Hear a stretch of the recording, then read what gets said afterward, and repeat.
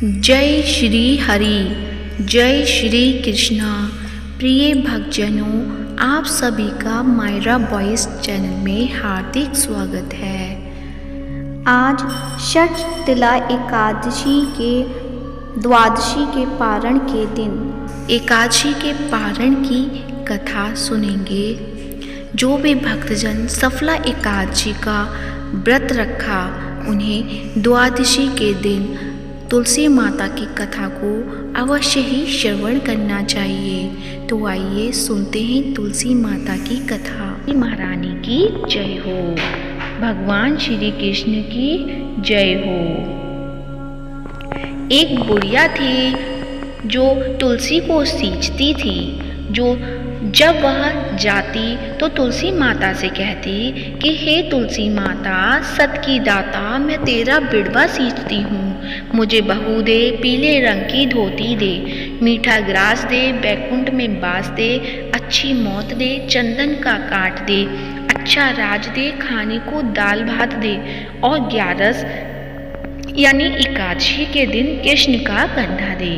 बुढ़िया माँ की यह बातें सुन तुलसी माता सूखने लगी। तुलसी माता को यूं सूखते देख भगवान ने पूछा कि हे तुलसी, तुम दिन प्रतिदिन क्यों सूखती जा रही हो? तुलसी माता ने कहा कि बस मेरे मन की मत पूछो। भगवान ने कहा कि मैं नहीं पूछूंगा तो कौन पूछेगा?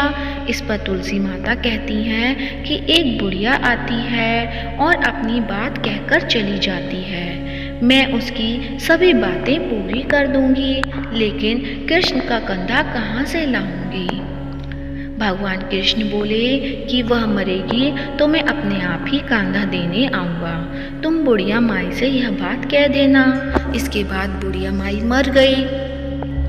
बुढ़िया के मरने पर सारा गांव इकट्ठा हो गया और उसका अंतिम संस्कार आने पर उसे उठाने लगे, लेकिन वह बहुत भारी हो गई, जिससे उसकी अर्थी टस से मर्च नहीं हुई।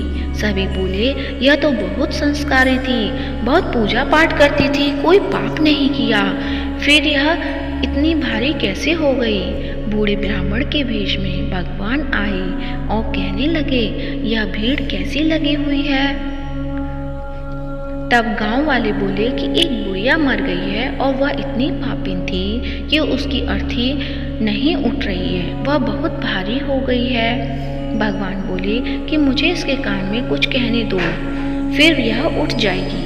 भगवान बुढ़िया के पास गए और उसके कान में कहा कि माई, तू अपने मन की निकाल ले, पीतांबर की धोती ले, मीठा ग्रास ले, बैकुंठ में बास ले, चटक की चाल ले, चंदन का काट ले, झालर की झनकार ले, दाल भात को जी और कृष्ण का कंधा ले। भगवान की सभी बातें सुनकर बुढ़िया हल्की हो गई। भगवान अपने कंधे पर उसे ले गए। बुढ़िया को मुक्ति मिल गई और वह बैकुंठ को चली गई। हे तुलसी माता, जैसे आपने उस बुढ़िया माई की मुक्ति की, वैसे सभी की करना। जैसे भगवान ने उसे कंधा दिया, हमें भी देना। और तुलसी की पूजा जो भी करे, उसे उसका अत्यधिक महत्व होता है। तो प्रेम से बोलिए, माता तुलसी की जय हो, कृष्ण भगवान की जय हो। अब सुनते हैं तुलसी माता की दूसरी कथा। शिव महापुराण के अनुसार पौराणिक समय में दैत्यों का राजा दंभ हुआ करता था। वह बहुत बड़ा विष्णु भक्त था। कई सालों तक उसके यहाँ संतान नहीं होने के कारण उसने शुक्राचार्य को अपना गुरु बनाकर उनसे श्री कृष्ण मंत्र प्राप्त किया। यह मंत्र प्राप्त करके उसने पुष्कर सरोवर में घोर तपस्या की। भगवान विष्णु उसकी तपस्या से प्रसन्न हुए और उसे संतान प्राप्ति का वरदान दे दिया। भगवान विष्णु के वरदान से राजा दंभ के यहाँ एक पुत्र ने जन्म लिया। इस पुत्र का नाम शंखचूर्ण रखा गया। बड़ा होकर शंखचूर्ण ने ब्रह्मा जी को प्रसन्न करने के लिए पुष्कर में घोर तपस्या की। उसकी तपस्या से प्रसन्न होकर ब्रह्मा जी ने उसे वरदान मांगने को कहा।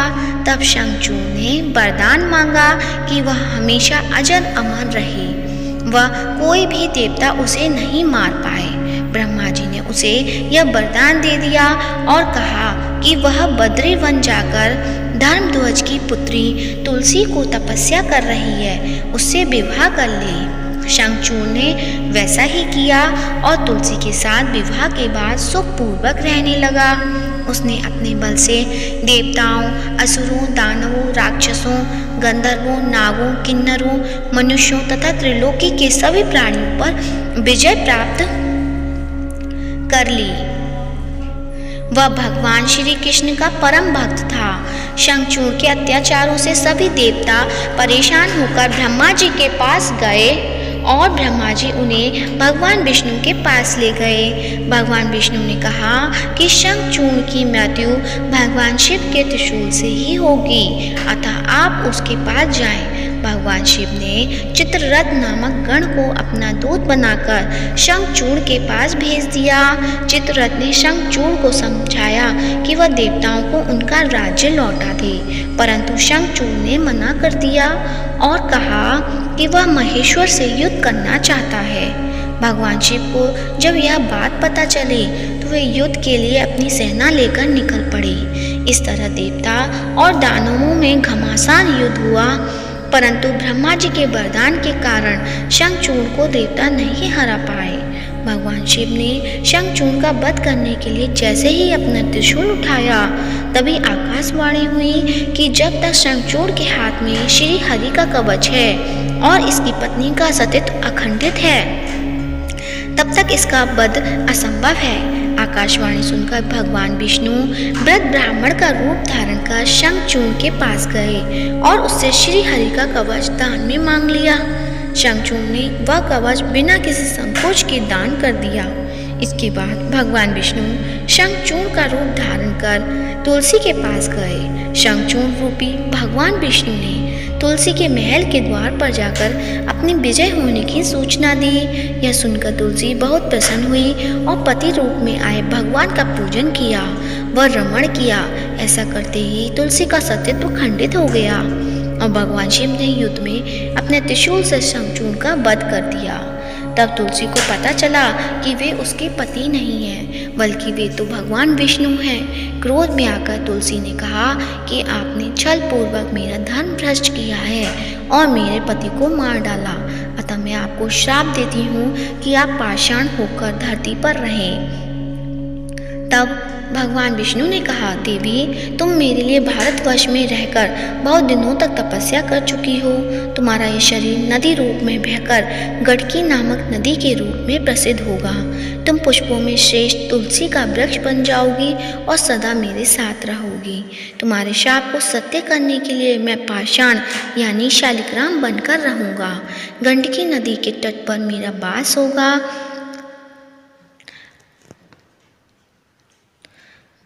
और देव उठान एकादशी के दिन भगवान शालिग्राम व तुलसी का विवाह संपन्न कर मांगलिक कार्यों का प्रारंभ किया जाएगा और तुलसी शालिग्राम विवाह करने से अपार पुण्य की प्राप्ति होगी। तो प्रेम से बोलिए, माता तुलसी की जय हो, कृष्ण भगवान की जय हो, शालिग्राम भगवान की जय हो। अब सुनते हैं तुलसी माता की आरती।